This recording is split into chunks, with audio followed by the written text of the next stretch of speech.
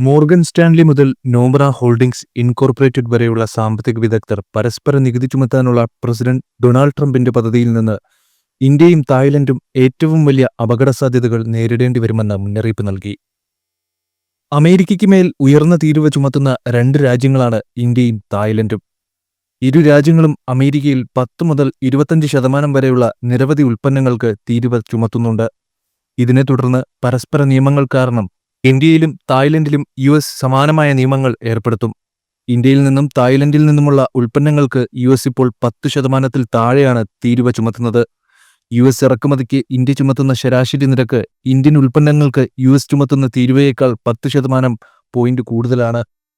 ട്രംപിന്റെ ഭരണം മൂലം ഇന്ത്യയിൽ നിന്നും തായ്ലൻഡിൽ നിന്നുമുള്ള സാധനങ്ങളുടെ വിൽപ്പന കുറയുമെന്ന് ധനമന്ത്രി നിർമ്മല സീതാരാമൻ മുന്നറിയിപ്പ് നൽകുന്നു. കയറ്റുമതിയിൽ ഇപ്പോൾ വേഗത കൈവരിക്കുന്ന രണ്ട് രാജ്യങ്ങളെയും ഇത് സാരമായി ബാധിക്കുമെന്ന് തീർച്ച. മറ്റു രാജ്യങ്ങളെയും തുല്യമായി പരിഗണിക്കാൻ ഞങ്ങൾ ആഗ്രഹിക്കുന്നുണ്ടെന്നാണ് ട്രംപ് മുന്നറിയിപ്പ് നൽകുന്നത്. ഇറക്കുമതി കയറ്റുമതി നികുതികളിൽ ട്രംപ് വളരെ കാർക്കശ്യ നിലപാടാണ് എടുത്തിരിക്കുന്നത്. ഇന്ത്യ ഇറക്കുമതി തീരുവ കുറച്ചില്ലെങ്കിൽ ട്രംപ് തീരുവ ചുമത്തും. ഇത് ഇന്ത്യയിൽ ഉൽപ്പന്നങ്ങൾക്ക് വില വർദ്ധിക്കാൻ കാരണമായേക്കാം. ട്രംപ് പുറത്തിറക്കിയ താരിഫ് ബാധകമായ രാജ്യങ്ങളുടെ ആദ്യ പട്ടികയിൽ ഇന്ത്യയുടെ പേര് പരാമർശിച്ചിരുന്നില്ല. എന്നാൽ ചൈനയുടെ പേര് ഉൾപ്പെടുത്തിയിട്ടുണ്ട്. വ്യാപാര കമ്മിയുടെ അടിസ്ഥാനത്തിലാണ് ട്രംപ് നികുതി ചുമത്തിയത്. മെക്സിക്കോയിലും കാനഡയിലും 25%, ചൈനയിൽ 10% ട്രംപ് തീരുവ ചുമത്തി. ചൈന, മെക്സിക്കോ, കാനഡ എന്നീ രാജ്യങ്ങളാണ് യുഎസ് വ്യാപാര കമ്മിയിൽ ആദ്യ 3 സ്ഥാനങ്ങൾ വഹിക്കുന്നത്.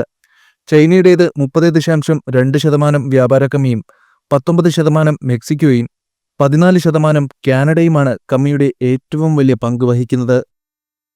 അമേരിക്കയുടെ മൊത്തം വ്യാപാര കമ്മിയുടെ 3.2% മാത്രമാണ് ഇന്ത്യക്ക് ലഭിക്കുന്നത്.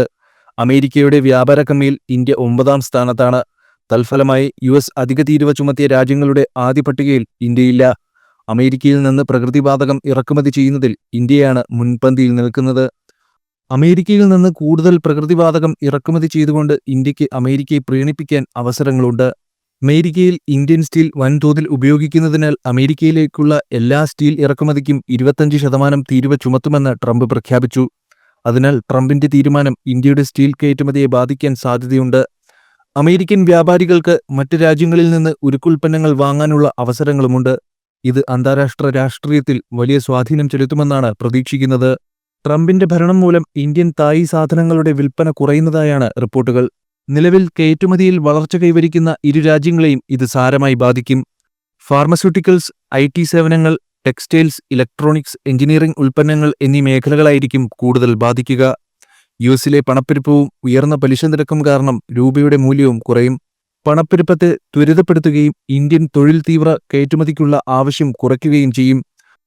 മാത്രമല്ല, ഉയർന്ന താരിഫുകളും കുറഞ്ഞ ഡിമാൻഡും കയറ്റുമതി അധിഷ്ഠിത വ്യവസായങ്ങളുമായി ബന്ധപ്പെട്ട ഇന്ത്യൻ ജോലികളെയും കാര്യമായി ബാധിക്കുമെന്നാണ് വിലയിരുത്താൻ കഴിയുന്നത്. അമേരിക്കയിലെ സ്റ്റീൽ, അലുമിനിയം വ്യവസായങ്ങളെ സംരക്ഷിക്കുക എന്നതാണ് ട്രംപിന്റെ താരിഫ് വർദ്ധിപ്പിക്കുന്നതിലെ പ്രാഥമിക ലക്ഷ്യം. വ്യാപാര നയങ്ങളിലും ആഗോള അധിക തീരുവയും കാരണം അവയ്ക്ക് ദോഷം സംഭവിച്ചിട്ടുണ്ടെന്നാണ് അദ്ദേഹം വിശ്വസിക്കുന്നത്. അതിനാൽ ഉയർന്ന താരിഫ് ചുമത്തുന്നതിലൂടെ ആഭ്യന്തര ഉൽപ്പാദകർക്ക് അവസരമൊരുക്കുക, അമേരിക്കൻ തൊഴിലവസരങ്ങൾ പ്രോത്സാഹിപ്പിക്കുക, ദേശീയ സുരക്ഷ ശക്തിപ്പെടുത്തുക എന്നിവയാണ് ട്രംപ് ലക്ഷ്യമിടുന്നത്.